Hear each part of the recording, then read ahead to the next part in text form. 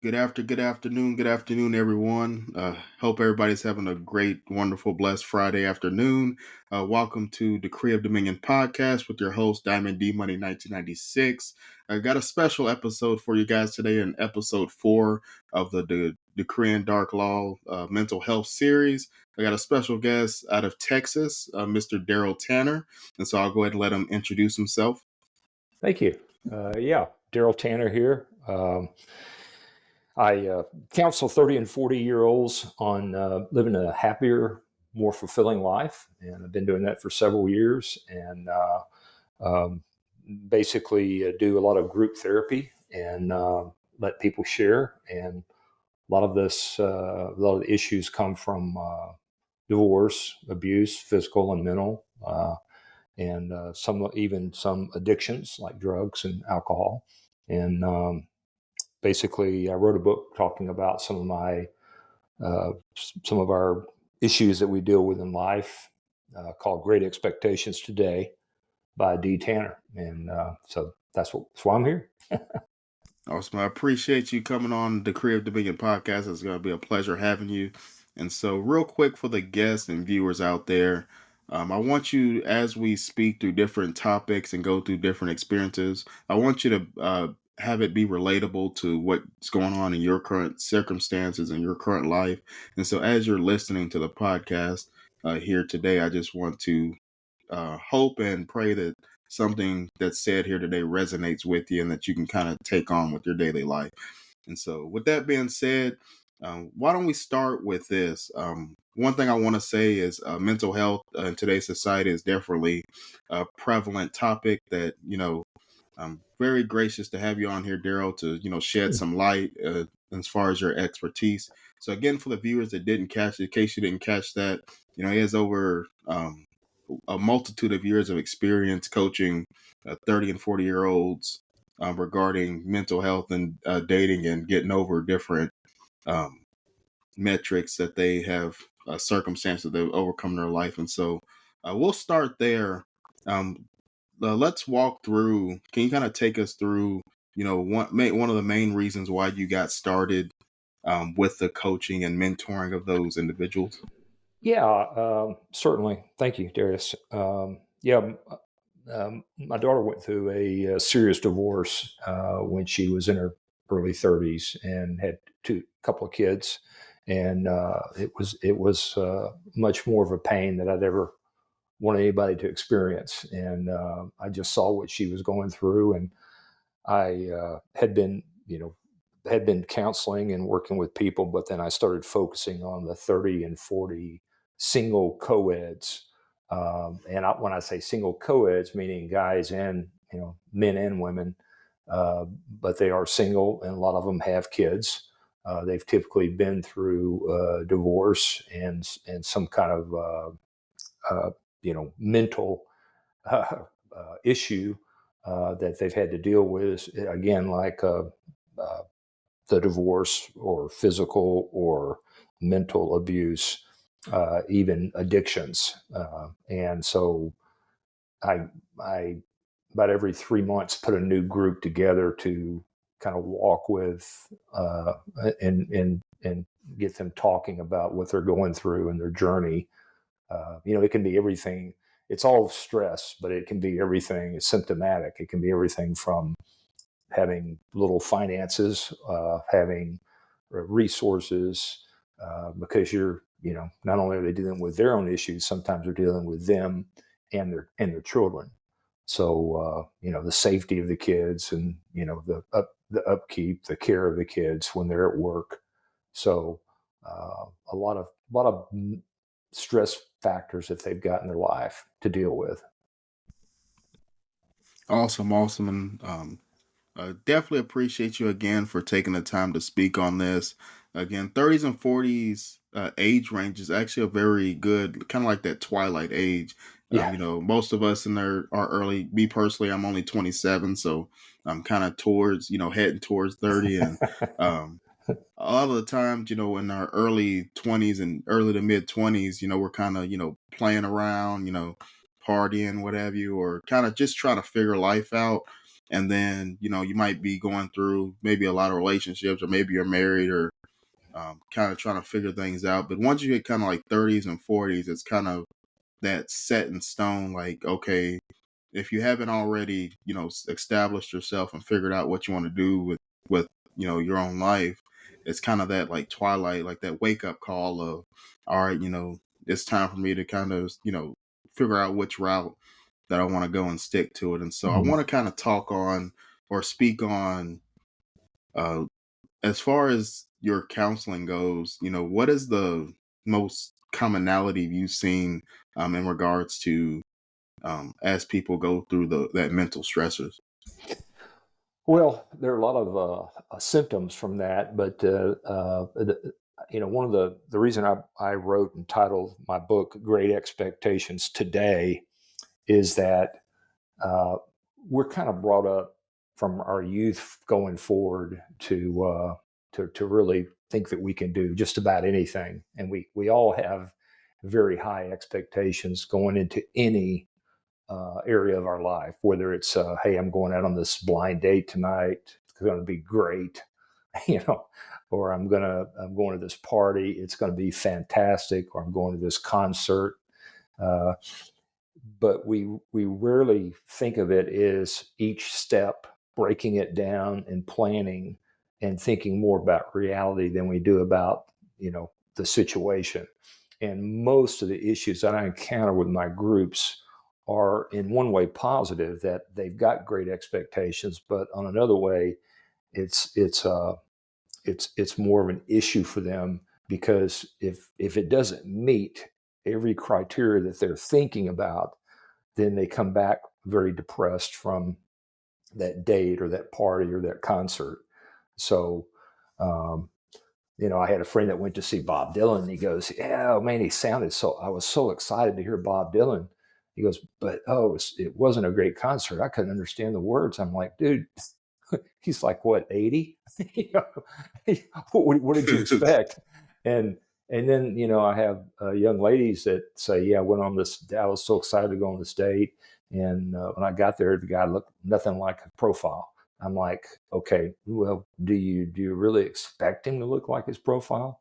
I mean, that's one thing that I would never expect. I would just hope for the best. Uh, or it's just like going to work. You may be excited to get to work, but do you think about the traffic getting there? Have you broken down your goals, just task for that day? And that's a lot what we deal with, because I mean, to you can get on a plane trip going anywhere. And I tell a couple stories in the book about, I was in sales for quite a while, and I used to travel all over, and I'd go to the airport excited about going to this future meeting, but my plane would be late, and I would say, I shouldn't have been so excited to get on the plane, because you can't control the weather. Yet I still see so many people that go to the airport, and you see the guy yelling at the at the ticket counter, and they're yelling because the plane's late, but it's weather related. And why upset yourself like that? Your stress factors go up, your blood pressure goes up, your physical, you've got a lot of issues going on in your mind and in your body that are stress related, because you didn't set the proper expectations. And that's one of the biggest things I talk about in the book. So. Awesome, awesome. I definitely, that's a really a great breakdown. I'm glad you brought that up. Like I said, I actually had a marketing business for a couple years, a few years ago, and one of the things my mentor at the time was speaking on is, I obviously read a lot of books on selling, what to say when you're speaking to yourself. There's a Simon Sinek has a great book called The Infinite Game and Start with Why. Mhm. And just to speak on the dating topics for today's episode of the mental health for this topic, um, me personally, I've just always been that um, great like expectation guy, like a perfectionist type person. Like I wanted to go this way. This is, Yeah. and just from a guy's perspective, Mhm. you know, from the date is, getting the nice cologne picked out, what cologne I want to wear, what, shirt I'm going to pick out for the date, if it's a restaurant, I even break it down to, what am I going to order? I look up the menu ahead of time. You're already planning, like, hey, let's say you're going to maybe you're picking the lady up, oh, I'm going to pick her up at 7. What music should I play when I roll up? Just different factors. And I just think that, like I said, I'm glad you brought that up because I think that ties directly into the mental health. And I just remember an older gentleman when I worked with, he used to always say, when you look good, you feel good. When you feel good, you perform well. And I just think that ties directly into the mental health because if your expectations are set so high and Mhm. that they're unrelatable or unrealistic, then you're essentially, kind of setting yourself up for failure. And even with goal setting, um, one of the things my business mentor did say, that still resonates with me today is, when you're setting a sales goal or a business goal, don't set it so high that you can't achieve it because every time you fail or every time you don't hit it, mentally in your mind, you're actually lowering your self esteem or lowering your confidence each time that you don't, um, succeed at the goal. So why not aim for something attainable? Then once you hit that one, then keep going up inch by inch. And so, Yeah, yeah. I call that the stair step method, but you hit the nail on the head when I mean, there's nothing wrong with planning and being positive and thinking ahead. That's all great. It's just that when we have such lofty expectations that they move past reality because it's going to be if you look at your percentages, hitting that perfect date is uh, is quite mind-boggling. you know, because there's going to be, if not one thing, many things that they don't like about you, and the same thing that you might pick up on them. And uh, I try to help my participants all think of the reality. Just like some of them say, "Yeah, well, I went to meet the." Quite frankly, most of my groups are comprised of women. Uh, just because they're the ones that want help. Guys, they don't always think about getting help. They just think I'll move on to the next person. But the mothers and the single women, they're like, okay, how can I diagnose this and get better at what I'm doing? And a lot of times they come in with the idea, where am I going? Where am I off center? I'm missing something here. What is it? And that's what we talk about. And there are two parts of my book. One part is setting better, more realistic expectations, and then the second, kind of the last 25% of my book, I dedicate to anger management because a lot of issues that people are dealing with turn into anger after a while. Because just think about if you're in traffic, you're going down to the big game downtown, you leave your house, you think you're going to get there in 30 minutes, and it ends up an hour and 15 or whatever, and you're late for kickoff, you're late for whatever, and or a concert or whatever, and that's a lot of times that's where road rage comes in, things like that, when people just go crazy. And it's, hey, you're going to an event where you're going to have thousands of people. There are going to be accidents on the road. There's going to be everything else. So if you don't get there early, then you're probably going to get there a little late. And that's just reality. So, you know, the dating is a big thing. Uh, uh, I teach a class outside of my group, but it's kind of in the similar vein. I teach a class called Safe People, and it's a great book written by Dr. Henry Cloud and Dr. Townsend. But it talks about, are you a safe person first? And then it talks about how you can tell if people are safe. And that's your friends, that's your business partners, that's dates, that's future wives or husbands. Uh, but one of the big things it talks about, and I love, is that if you truly are talking and dealing with a safe person, then a safe person is a person that bears fruit for you, and you feel good about bearing fruit for them. And you know that's that really helps with your expectations, is to know that you've got someone that you can count on, and that they're out there and they want to do something for you and you want to do something for them. That's a safe person. And I counsel my groups about that also, because um, many times our disappointments in life come from friends, family, dates, exes. Right. You're gonna go meet the ex, whether it's a woman or man, and I hear so many people in my group say, "Oh, it was such a terrible meeting." Well, why would it be anything else? It's your ex. I mean, Right. just be there early, prepare for the worst, and accept what happens. Uh, it's never a fun meeting, because it was a ruined relationship. Once you guys broke up. So if it goes great, you got to do everything you can to make it go great. But it's not gonna be great every time. Either they've had a bad day, you've had a bad day, the kids calls a bad day, but you're meeting to typically exchange the children to split the time, and just try to make it as easy as possible, especially for the kids. So you know. Awesome, awesome. And so you said a lot of great things there with the safe people, again, for people that were viewing safe people. And then that actually goes into the title of the podcast in general, a decree of dominion. For those of you that are men or women of faith, you know, in the Bible, it talks about, having dominion, being fruitful, multiplying, subduing.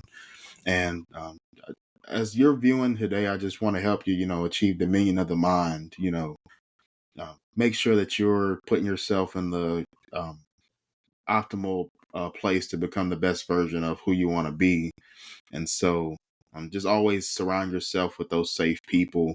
And so for the audience here, what if somebody's asking, how do you, gain that spirit of discernment to, identify safe people? What advice would you give to those individuals?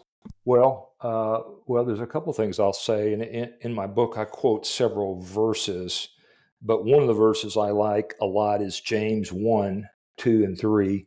It says, "Consider it pure joy, my brothers and sisters, whenever you face trials of many kinds, because you know that the testing of your faith produces perseverance." So I tell my group that you're going to face trials, no matter how much of a strong Christian you think you are. It's not just because you're a Christian doesn't mean you're not going to face trials. Matter of fact, Satan knows, who he's going after, and it's probably someone that's got a lot of faith and doing things for people. Um, yeah. So to identify the safe people, uh, you know, one of the first things I like to talk about is, where can you find safe people? And I want to say right away that the church is not always a safe place. There are people within the church that are spiritually deficient. I mean, people that go to church typically are sinners. We're all sinners. So there's some weaknesses there. So don't always think that if you're going to church or you met someone at church that they're a safe person. They're, I mean, you have to do your own discernment, and discernment comes from knowledge and experience, or wisdom and knowledge experience. So don't just think because you're at church, oh, this guy, he's great, he goes to church. My pastor says, tells the ladies all the time in the church that are single, he says the two qualities that you should look for first from a man are that he loves the Lord and that he has a job. So, and then he goes deeper, but those are the two main ones, because that's kind of narrowing it down for you. But the qualities of saved people, there are many many qualities to look for, and but the only way you can find them is spending time with that person, not moving in with them, not shacking up with them. It's spending time, seeing how they act in traffic, seeing how they act when you got bad service at a restaurant, seeing how they act when somebody else is upset. How do they deal with somebody else's anger? Uh, because there's a lot of there's a lot of really sick people out there. Some of them are self-medicating with drugs and alcohol, and you have to keep your eye on that. So how do they deal? You've got to be observant and wise of how do they deal. And then if you have safe people in your life, ask those safe people, let them mingle with the person that you've identified that might be safe, and ask them what they feel, if they trust what someone else is saying. There's a lot of verses in the Bible that talk about uh, wise counsel and discernment. And, we're to, if we have safe people in our lives, we're to ask them and get advice of, well, how do they feel about this person or that person? I mean, I don't know about you, but I've been in a Bible study group for 14 years in our church. And, it's, we really call it a community group because it's not just Bible study, it's, social activities. But, we occasionally you'll get somebody in our group that I would identify potentially as not being safe. But when we're in a group, we're sharing confidential information about, hey, please pray for my son or my daughter that has these issues, and we're hoping that they'll get better in this, whatever. So what stays in the group, what's spoken in the group stays in the group.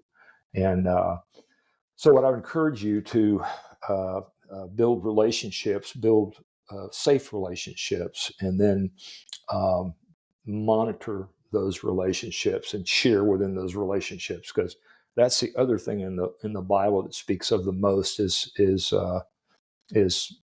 not just being within ourselves, because it would be great if you could just go dig a hole and you just have your own little hole and you don't need anything else. But God clearly told us in the beginning that even Adam was lonely. He needs a mate. He needs company. So he invented Eve, and well, that didn't turn out that great for us. But we we've still got to make that work out. And to this day, if you look at in the Bible, other than money is mentioned so many times, the other one is basically companionship, or talking about they. There's very few passages that talk about just one person, except when they're talking about like Jesus going out and praying by himself. He did that, which teaches us to do that. But he also had a group of, you might say, his posse around him, the disciples, and those guys weren't perfect either. So, and some of them had no expectations at all, because they didn't know what he could do, and when he did it, they were blown away. So I love, if you get a chance, the book Safe People is a great book for identifying, uh, and there's like 5 chapters on finding safe people. What a safe person looks like, and identifying them, and meeting them. Awesome, awesome. You said a lot of great things. Again, for the viewers viewing, go ahead and check out that book in your free time of Safe People. But one thing you did say that, again, resonates with the entire topic of this episode and mental health and relationships in general is the time. You spoke on, taking the time to get to know the person that you're uh, looking at as your potential significant other, or getting to the time to get to build those relationships with business partners, companions, etc. And so on that note, I want to do speak on, what advice would you give an individual that just seems like they're always like trying to brush time, or you know I gotta, you see a lot of relationships today. I'll just speak on today's society, from um, being 27 and younger. You see I see a lot of my, coworkers, or, acquaintances, associates. They'll meet a guy or meet a gal, and, 2 months in, they're already, moved in the apartment together, or, already engaged, or I love them. And, Yeah. what are some advice can you give some of the viewers on, how to, pace yourself and, take your time and kind of avoid that, again, that pitfall of that super high expectation. I'm going to go on the first date and that's my husband, that's my wife, Right. and have it all figured out. that's that's so funny you mentioned that. I have a very good friend who is on his sixth wife. Okay.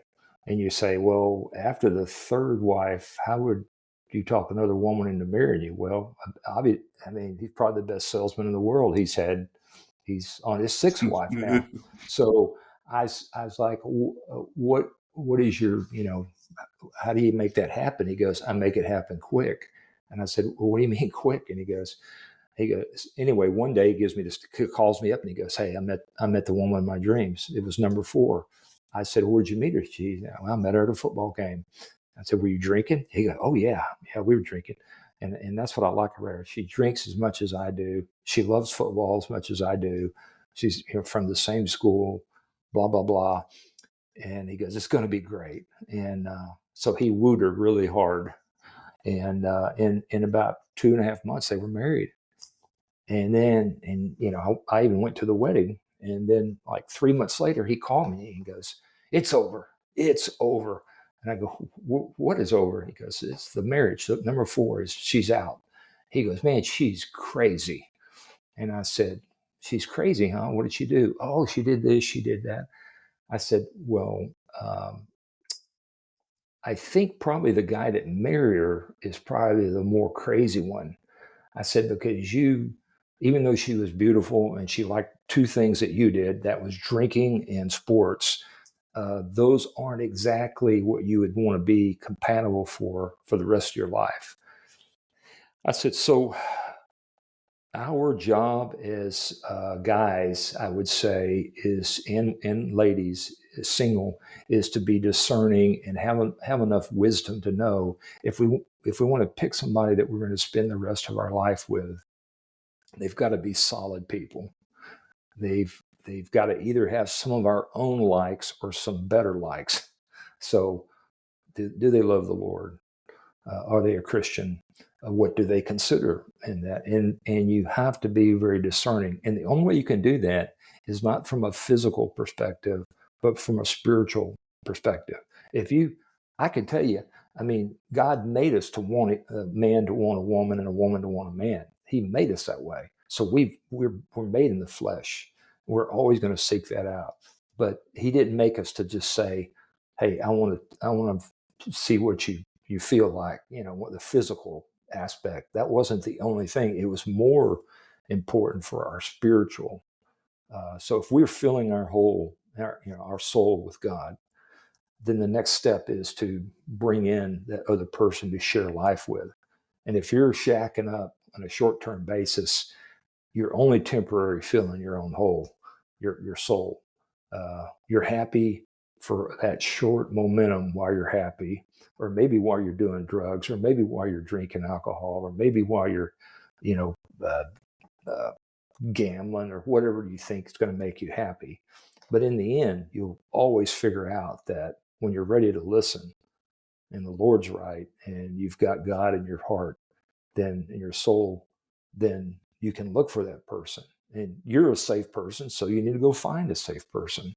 And just shacking up from the short term, though, is not going to bring out what that knowledge that you need to know to find out about that person, because he or she may be safe at that couple of hours or couple of dates that you spent with them, but how are they in the long run when things go south? Are they someone you want to be in a foxhole with, fighting the battle? Uh, when life turns rough, who do you want on your side? You want somebody that's going to be work with you and be a team together, or do you want somebody that goes, "Oh, you made that decision, you live with it." you know?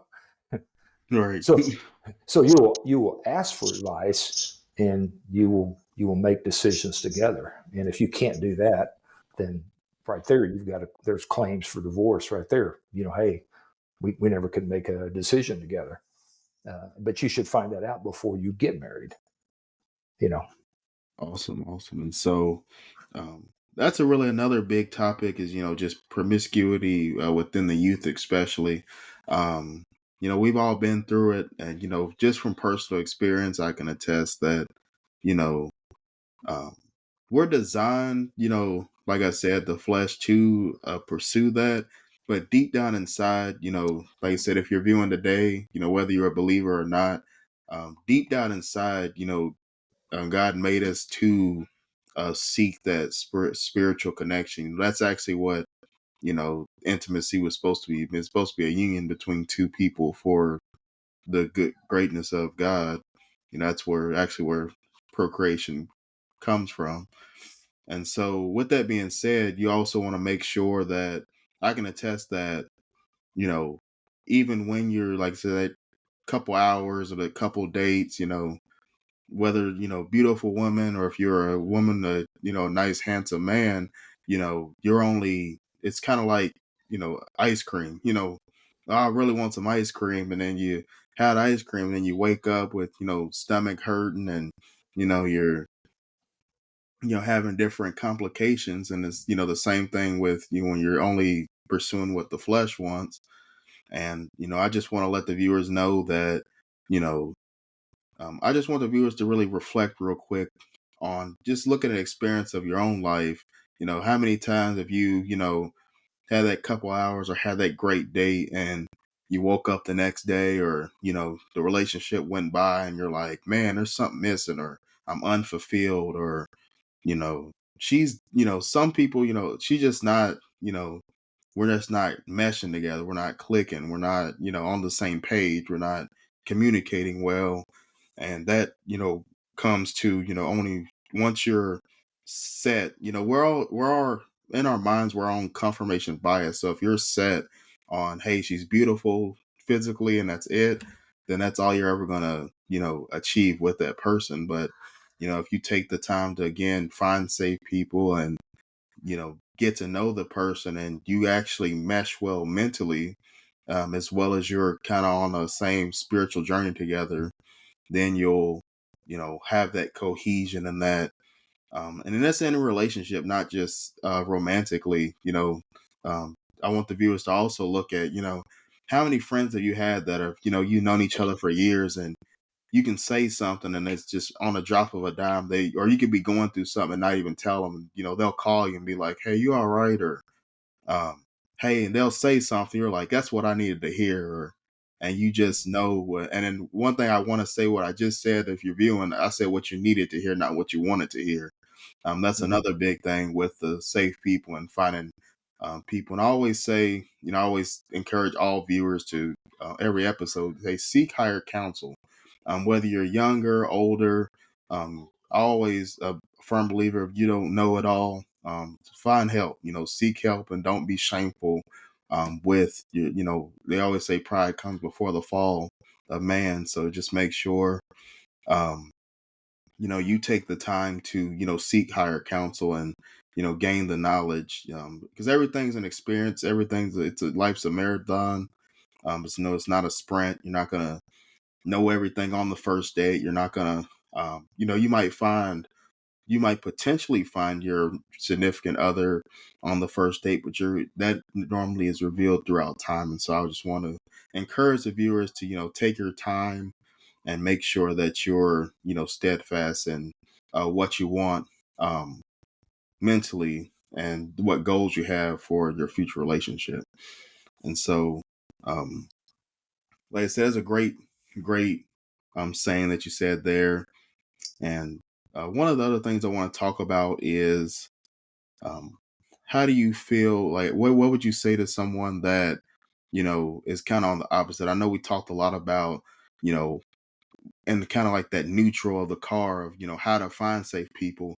What advice would you give to someone that's kind of on that already down that dark road of, hey, everybody, they're saying, hey, this is a great episode I'm listening to here, but I feel like everybody in my life's not a safe person. How do I get out of the rut or how to limbo? What would you advice would you give to those individuals?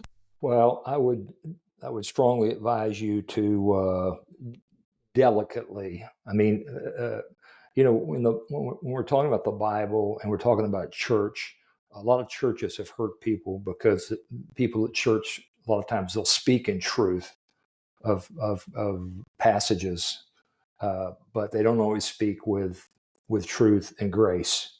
And if you know the Bible, if you read the Bible, you'll see that every time Jesus was speaking to someone, he spoke in both truth and grace, or in love. So, like talking to the woman at the well, he didn't, he knew who she was. He didn't scorn her. He basically said, "Where's your husband?" She said, "Well, I don't have a husband." He says, "Well, you've had five." And he knew right away, and then she knew right away, but he still spoke in grace and truth. So you don't have to necessarily you know um, spring it on your friends if they're not safe and you don't want to be around them, but you can create distance. And whenever they're calling to do something, just say, "No, I've got something else planned, or I don't feel like doing anything." And sooner or later they'll drop you.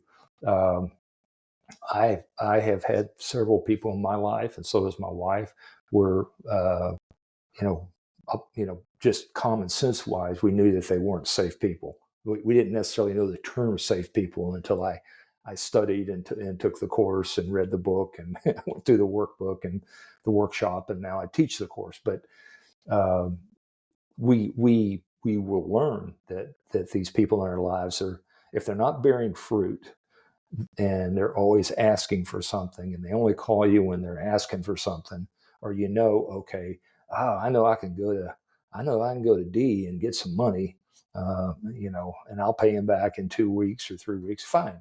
But is that a relationship that you want to have? I would rather have the relationship in these groups. What I try to get these men and women to do is say, "Hey, you don't have anybody else to rely on. You've got God for prayers, but locally, if you have something here on this earth that you need right away, like maybe somebody to watch your kids because you're sick, or bring some soup because you've got the flu or COVID or whatever, they can drop that off. They can help you out." So, you really want to create the safe people in your life that you can count on as you're visiting, and you feel like you've got a group of safe people around you. Because if you don't, you just have people that want more from you. Uh, there's all kind of shows on what is that? Those crime shows that they have, where they talk about, yeah, all he wanted from his mom was more money, or all she wanted from she wanted a sugar daddy. And there's a lot of people in this world that are deficit of, they have no moral compass, and all they want is to get from somebody. They don't want to go earn it. They want to go work for it. They just want it, and they want it from anybody that will hook on to them and give it to them. So that's why you have to be discerning, and making sure that you have safe people that you've surrounded yourself with. And that's great that you said that. Again, like I said, if you're viewing, I just want to empower the viewers that you have the power, to say no. You have the power to not, you know, have so many, what we call, you can call them leeches, or roaches, whatever you want to call them. There's so many words for it. But personal experience, I actually used to be that guy that, the nice guy that, hey, you need money, I had you, need a ride to work or need a ride somewhere, and there's always those people, I give you five for gas, or hey, I get paid next week, I can give you half today, and the other $20 I owe you next week when I get paid. I promise you, you're awesome. And so, you want to be careful of the word. The power of the tongue is very powerful. You want to be careful, kind of follow into that trap. Because again, that's Satan's main thing is, trying to, Satan's goal is to steal, kill, and destroy. And, it's not always, one thing I've learned just with religion and just general my own personal experiences, everything's not always as gruesome as like a scary movie, or like you know it's little things like stealing your joy, like you might meet, and that's why it's very important that you have those safe people, especially, like I said, I'm 27, so in my youth, still very young, and so um, I just remember growing up, it'd be simple stuff like whether it be women or that I'm into, or just guy friends that were just buddies playing ball, or you know just doing shooting pool or whatever. You want to just be careful because the devil's goal is to steal your joy, and his goal is to put people in your life that are going to take. And as people you know well, on the bearing fruit principle, as people take, you also have to give. And so, if all you're doing is giving, giving, giving, but you're not replenishing and putting people in your life to replenish you, everybody needs replenishment. I just want all the viewers to know that, you could be the most caring, giving, philanthropist person, but if you're not being renewed and getting rest and having people in your corner that got you, because we're all human. You're gonna get sick, you're gonna have days where you don't feel like it, you're gonna have days where laying in bed all day. You want to have people in your life that says, don't worry, I got you. you know you just want to be able to have that balance within your life, because again, without that balance, having some abundance of people just take everything, then it gets your mind twirling, and you start to become resentful of giving. And one of the good Bible, I can't remember the exact chapter and book, but I remember the verse of don't get weary in well doing. And so that's actually Satan's goal, is to have you get weary in well doing, because if all your friends and all your acquaintances are taking everything, and you get to that mindset where you're just done giving, then the devil's won. And so you just want to give all the viewers that, hey, you have the power to take over your own life. You don't have to continue to just give blindly, without you're allowed to hold people accountable for their own actions. And so I just want all the Yeah. viewers to resonate with that. And so one of the last topics we'll talk through, at the beginning of the episode, again, we talked through that anger management piece. And so that's a bigger thing. So we've, for the viewers listening, we've covered a lot of, you know, proactive approaches and what to do when you're in the rut. Um, but a lot of the mental health, again, for Decree of Dominion, for the viewers listening, go ahead and check out some of the Decree and Dominion Survivors Uncut. Again, for those of you viewing that haven't heard my story, also check out my childhood trauma series, where I go through my personal story of being a domestic violence survivor with my mom. But a lot of the mental health and why we're in those positions are due to anger. And so it's not always the act, it's the actual, what led up to the act and why'd you react to what happened. And so we did speak on a lot of like road rage and things of that nature, but I want to kind of speak to the viewers as well on you know how to control yourself, or what to do when you know trying to go to the concert and you get a flat tire and you're hour late. So let's go. What advice do you have for the viewers on, how to control as well as manage, the reactionary um, tribulations of life? Yeah, I mean, it all starts with setting the proper expectations. I mean, anybody can get a flat tire. You can get in traffic. Just know those things. A lot of times, I'll be driving down the road and see some guy cutting in and out of traffic, and I'm thinking to myself, he probably should have given himself another 15 or 20 minutes before he left the house. Uh, and also is considering.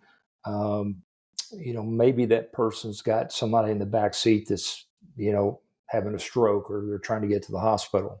So it's also, it's not just, um, you know, setting better expectations. It's also, you know, being there for your brother, because that's another human being.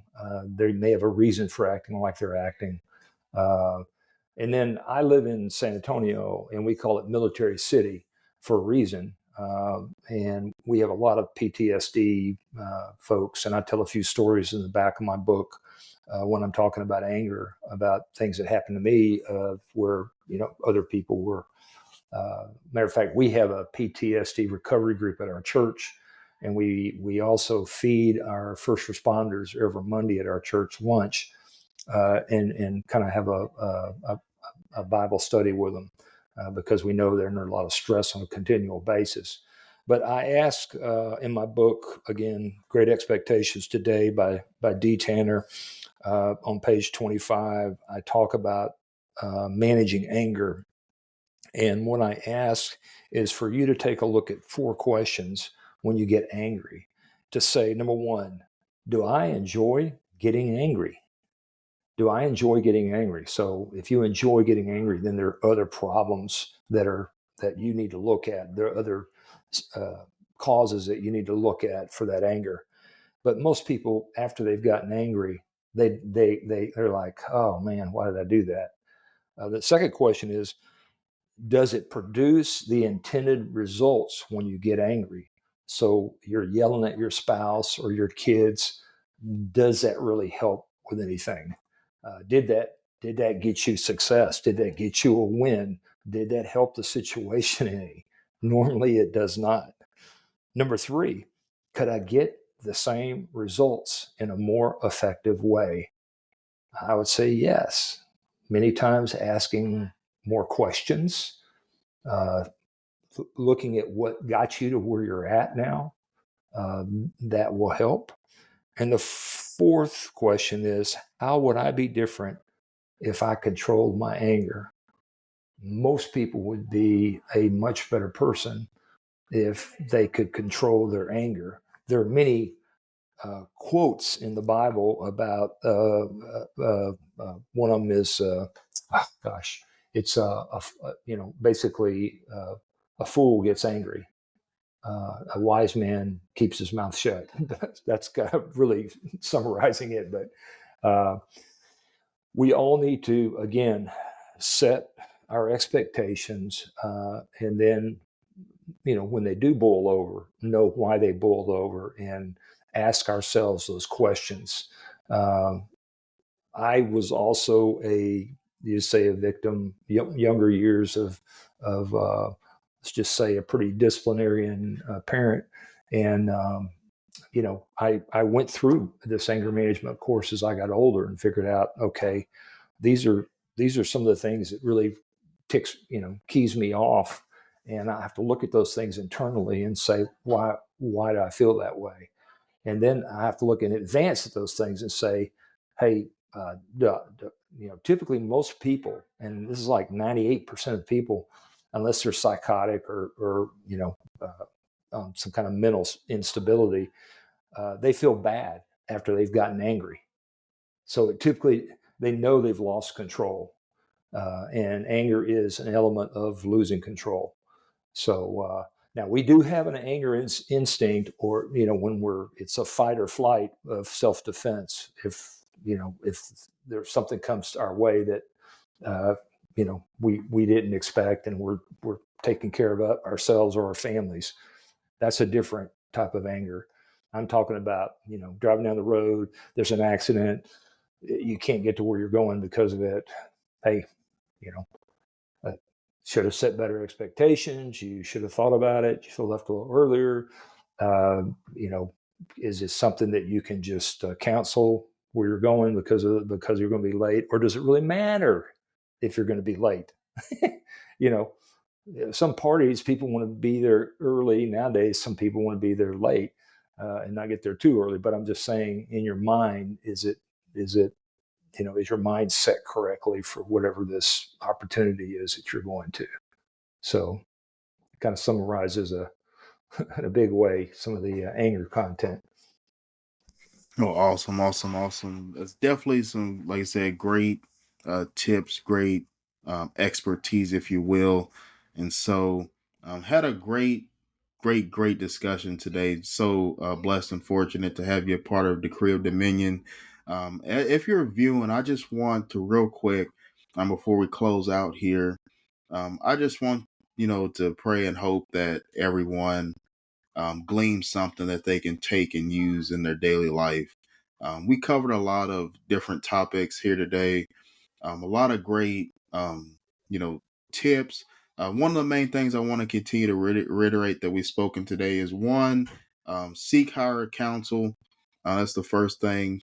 While you're setting your greater expectations that are also realistic, but I also want to encourage you to, find safe people, because if we're all um, in together as a community, becoming safe people and surrounding ourselves with safe people, the more safe people, the better. Like I said, there's always a war between good and evil, God and Satan, however you want to mention it. It is what it is, whether you're a believer or not. Um, there's always going to be a war with good and evil. So the more good, safe people that we can create in society, the better the society will become. And so, been a pleasure having you, D Tanner, on the Crib Dominion. One quick thing before we go, can you let everyone know again where to find your book and how they can um, learn more about some of the tips that were spoken here today? Yeah. Thank you, sir. Yeah, on Amazon. My book I wrote through KDP on Amazon, and it's called Great Expectations Today by D, the initial D, and then Tanner, Tanner. Love to get you check the book out, and I hope it helps. And all the money from the book goes to our church benevolence fund. So I'm not getting rich over it. Well, I appreciate that. Again, I appreciate all the wonderful tips and knowledge that was spread here today. I hope all the viewers out there have a blessed, wonderful rest of their Friday afternoon. And until next time, I'm on the Crib Dominion. Thank you. Thank you, sir.